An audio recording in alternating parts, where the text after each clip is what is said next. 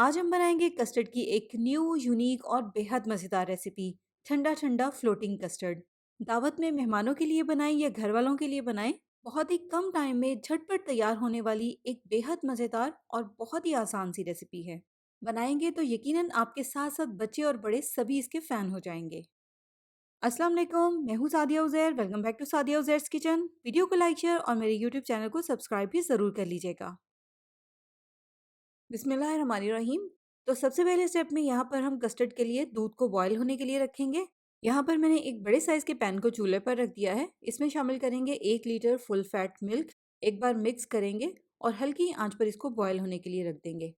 अब यहाँ पर हमने इसके नीचे फ्लेम को हल्का रखना है, ताकि जब तक हम कस्टर्ड के नेक्स्ट स्टेप से फ्री हों उतनी देर में दूध में बॉयल आ जाए। इसके अलावा साथ साथ इसका ध्यान रखिएगा, बीच बीच में से चम्मच भी चलाते रहिएगा ताकि दूध नीचे ना लगे।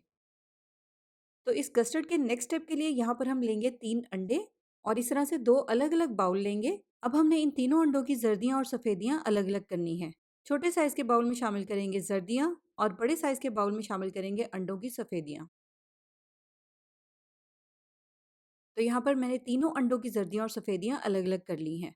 अब हम सबसे पहले जर्दियों वाला बाउल लेंगे और इसमें शामिल करेंगे 1.5 टेबलस्पून कस्टर्ड पाउडर। ये वनीला कस्टर्ड पाउडर है, आप अपनी पसंद का कोई भी कस्टर्ड इसमें शामिल कर सकते हैं। कस्टर्ड के अलावा अगर आप चाहें तो आप कॉर्नफ्लोर भी ऐड कर सकते हैं, लेकिन अगर आपने इसमें कॉर्नफ्लोर ऐड करना है तो फिर आपने इसमें थोड़ा सा फूड कलर और 1 चाय का चम्मच वनीला एसेंस भी ऐड करना है। और इसके बाद इसमें शामिल करेंगे आधा कप ठंडा दूध। बस अब हमने सर्दियों के साथ इन सारी चीज़ों को बहुत अच्छी तरह से मिक्स करना है। अगर आपके पास इस तरह से हैंड विस्क है तो इसकी मदद से मिक्स कर लें, नहीं तो आप चम्मच की मदद से या कांटे की मदद से भी इसको मिक्स कर सकते हैं। तो इसको मिक्स करने के बाद फिलहाल साइड पे रख देंगे और नेक्स्ट अब हम लेंगे सफ़ेदियों वाला बाउल। सफ़ेदियों में शामिल करेंगे 3 टेबलस्पून चीनी और 1 चाय का चम्मच वनीला एसेंस। मेरे पास वनीला पाउडर था तो गलती से मैंने चीनी में ही मिक्स कर दिया था, इसलिए मैं आपको अलग से दिखा नहीं सकी।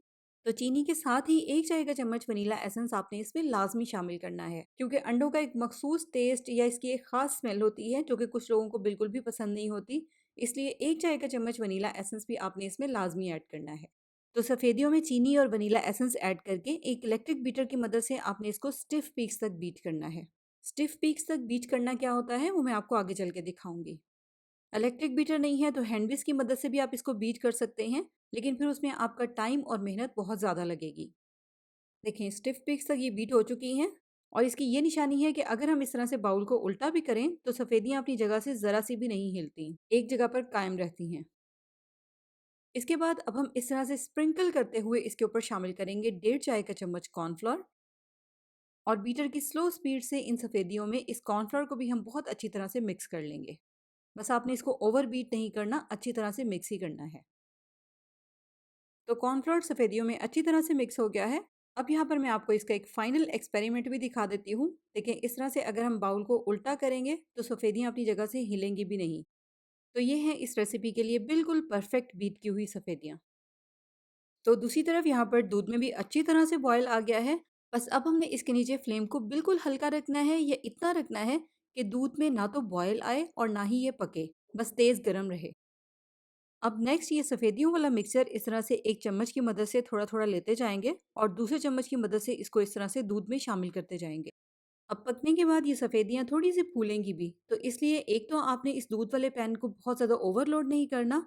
सेकंड, आपने इसके बहुत बड़े बड़े से पीसेस नहीं बनाने। इस तरह से थोड़े से छोटे साइज़ में इसको बनाएंगे तो पकने के बाद ये थोड़े से फूल जाएंगे। तो बस अब हमने वही एहतियात करनी है जो कि मैंने आपको पहले भी बताई है, कि दूध में बॉयल नहीं आना चाहिए। दूध इसी तरह से तेज़ गर्म लेकिन स्टिल फॉर्म में रहना चाहिए, इसमें बॉयल ना आए। इसलिए यहाँ पर आप फ्लेम को बिल्कुल हल्का रखेंगे, जैसे कि दम वाली आंच होती है। तो बस कवर करके इनको स्टीम में सिर्फ 5 मिनट के लिए पकाएंगे। अगर दूध के उबलने का डर हो तो ढक्कन को आप फुल कवर करने की बजाय हाफ कवर भी कर सकते हैं। तो देखें, कवर करके पकते हुए इसको 5 मिनट हो गए हैं, लेकिन दूध बिल्कुल स्टिल फॉर्म में है, ज़रा सा भी पक नहीं रहा, बॉयल नहीं हो रहा। तो 5 मिनट तक स्टीम में पकने के बाद ये बहुत अच्छी तरह से सेट हो जाएंगी, बहुत अच्छे से पक जाएंगी। इसके बाद इस तरह से बहुत ही एहतियात के साथ एक एक सफ़ेदी को चम्मच की मदद से उठाएंगे, एक्स्ट्रा दूध को निचोड़ देंगे और अलग से इनको एक ट्रे में निकालते जाएंगे। अब क्योंकि ये बहुत तेज़ गर्म है और बहुत ज़्यादा डेलिकेट हैं, तो इसलिए उठाते हुए, दूध को निचोड़ते हुए और इनको ट्रे में रखते हुए आपने बहुत एहतियात के साथ काम लेना है। तो पकाने के बाद सारी सफ़ेदियों को यहाँ पर मैंने अलग से एक ट्रे में निकाल लिया है। और इसके बाद सफ़ेदी का जो बाकी मिक्सचर बच गया है, सेम इसी तरीके को फ़ॉलो करते हुए उनको भी हम पका लेंगे। तो सारी सफ़ेदियों को पकाने के बाद अब जो दूध बच गया है, अब इसे हम तैयार करेंगे कस्टर्ड। सफ़ेदियों को क्योंकि हमने दूध में बिल्कुल स्टीम में पकाया है हल्की आंच पर, इसलिए दूध बहुत ज़्यादा क्वांटिटी में रिड्यूस नहीं हुआ, बस हल्का सा ही रिड्यूस हुआ है। तो इसी में हम कस्टर्ड तैयार कर लेंगे। सबसे पहले इसमें शामिल करेंगे 4 से 5 खाने के चम्मच या हस्बे ज़ायक़ा चीनी। यहाँ पर इसके नीचे लो फ्लेम ऑन है। चीनी को दूध में अच्छी तरह से मिक्स कर लेंगे। इसके बाद जो हमने कस्टर्ड या जर्दियों वाला मिक्सर तैयार किया था वो इसमें शामिल करेंगे। आहिस्ता आहिस्ता इसको शामिल करते जाएंगे और साथ साथ इसको मिक्स करते जाएंगे। कंटिन्यू हिलाते हुए यहाँ पर हमने इसको इतनी देर तक पकाना है जब तक कि ये थिक हो जाए। तो देखिए कस्टर्ड थिक हो गया है। आप देखिए कस्टर्ड थोड़ा सा पतला सा है क्योंकि इस रेसिपी के लिए हमें बहुत ज़्यादा थिक कस्टर्ड की ज़रूरत नहीं है। कस्टर्ड इसी तरह से पतला सा ही होना चाहिए। वैसे ये ठंडा होने के बाद थोड़ा सा थिक भी होगा। तो बस अब इसके नीचे फ्लेम को ऑफ कर देंगे। पहले इसको रूम टेम्परेचर पर अच्छी तरह से ठंडा होने देंगे। फिर उसके बाद इसको फ्रिज में रखकर बहुत अच्छे से ठंडा करेंगे। तो इसके बाद नेक्स्ट एक झटपट वाली कैरेमल सॉस तैयार कर लेंगे, जो कि बिल्कुल ऑप्शनल है। अगर आप चाहें तो आप इसको स्किप कर सकते हैं। ये सॉस बनाने के लिए हम एक फ्राइंग पैन में लेंगे 3 टेबलस्पून चीनी। अब हमने चीनी को हिलाना नहीं है क्योंकि उस तरह से कैरेमल बनाना मुश्किल हो जाता है। हल्की आंच पर यानी कि दम वाली आंच पर इसको हम बगैर हिलाए इसी तरह से पड़ा रहने देंगे। यहाँ पर मैं आपको थोड़ा सा फास्ट करके दिखा रही हूँ। आहिस्ता आहिस्ता ये चीनी इस तरह से मेल्ट होना शुरू हो जाएगी। जब ये चीनी इस तरह से मेल्ट हो जाएगी तो फिर उसके बाद आप इसको हिला सकते हैं। अब आप इसको इस तरह से लगातार हिलाते हुए हल्की आंच पर इतनी देर तक पकाएं जब तक कि कैरेमल वाला कलर आ जाए, थोड़ा सा ये गोल्डन ब्राउन सा हो जाए।